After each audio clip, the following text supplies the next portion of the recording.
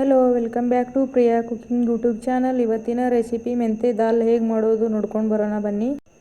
ಇಲ್ಲಿ ನಾನು 1 ಕಪ್ ತೊಗರಿಬೇಳೆ ತೊಗೊಂಡಿದ್ದೀನಿ. ಅದನ್ನು ನೀಟಾಗಿ ತೊಳ್ಕೊಬೇಕು. ತೊಳ್ಕೊಂಡಾದ್ಮೇಲೆ ಅದಕ್ಕೆ ಸ್ವಲ್ಪ ಅರಿಶಿನ ಪುಡಿ ಹಾಕಬೇಕು.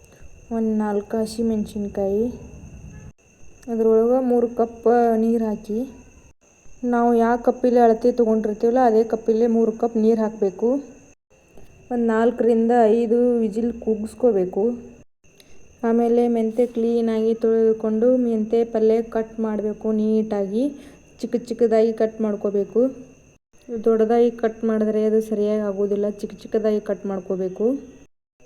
ಬೇಳೆ ರೆಡಿಯಾಗಿದೆ ಅಂತ ನೋಡ್ಕೊಳ್ಳೋಣ. ಅಷ್ಟರಲ್ಲಿ ಬೇಳೆ ರೆಡಿಯಾಗಿರುತ್ತೆ. ಎಷ್ಟು ನೀಟಾಗಿ ಬೆಂದಿದೆ ನೋಡಿ. ಅದನ್ನು ಸ್ಮ್ಯಾಶ್ ಮಾಡ್ಕೋಬೇಕು. ಸ್ಮ್ಯಾಶ್ ಮಾಡ್ಕೊಂಡಾದ ಮೇಲೆ ಇವಾಗ ಒಗ್ಗರಣೆ ಹಾಕಬೇಕು. ಒಗ್ಗರಣೆಗೆ ಸ್ವಲ್ಪ 1-2 ಸ್ಪೂನ್ ಎಣ್ಣೆ ಹಾಕ್ಕೋಬೇಕು. ಎಣ್ಣೆ ಹಾಕಿದ ನಂತರ ಸಾಸಿವೆ 1 ಟೇಬಲ್ ಸ್ಪೂನ್, ಜೀರಿಗೆ 1 ಟೇಬಲ್ ಸ್ಪೂನ್, 5-6 ಎಸಳು ಬೆಳ್ಳುಳ್ಳಿ ಅದನ್ನು ಜಜ್ಜಿ ಹಾಕಬೇಕು. 4 ಒಣ ಮೆಣಸಿನ್ಕಾಯಿ, ಸ್ವಲ್ಪ ಕರಿಬೇವು ಹಾಕಬೇಕು. ನನ್ನ ಹತ್ರ ಇಲ್ಲ, ನಿಮ್ಮ ಹತ್ರ ಇದ್ದರೆ ಆ್ಯಡ್ ಮಾಡ್ಕೊಳ್ಳಿ. ಎಣ್ಣೆಯಲ್ಲಿ ಹಾಕಿದ್ಮೇಲೆ ಅದನ್ನು ನೀಟಾಗಿ ಫ್ರೈ ಮಾಡ್ಕೋಬೇಕು. ಕಲರ್ ಚೇಂಜ್ ಆಗುವವರೆಗೂ ಏನೂ ಹಾಕಬೇಡಿ. ಆಮೇಲೆ ಕಟ್ ಮಾಡಿರುವಂತಹ ಮೆಂತೆ ಪಲ್ಯ ಡೈರೆಕ್ಟಾಗಿ ಹಾಕಬೇಕು. ತೊಳೆದಿರುವಂಥ ಮೆಂತೆ ಪಲ್ಯ ಡ್ರೈ ಇರಬೇಕು. ನೀರು ಹಾಕಿದ ನಂತರ ಎಣ್ಣೆಯಲ್ಲಿ ಸಿಡಿಯುತ್ತೆ. ಮೆಂತೆ ಪಲ್ಯ ಸಾಫ್ಟ್ ಆಗುವವರೆಗೂ ಅದನ್ನು ಎಣ್ಣೆಯಲ್ಲಿ ಬೇಯಿಸಬೇಕು.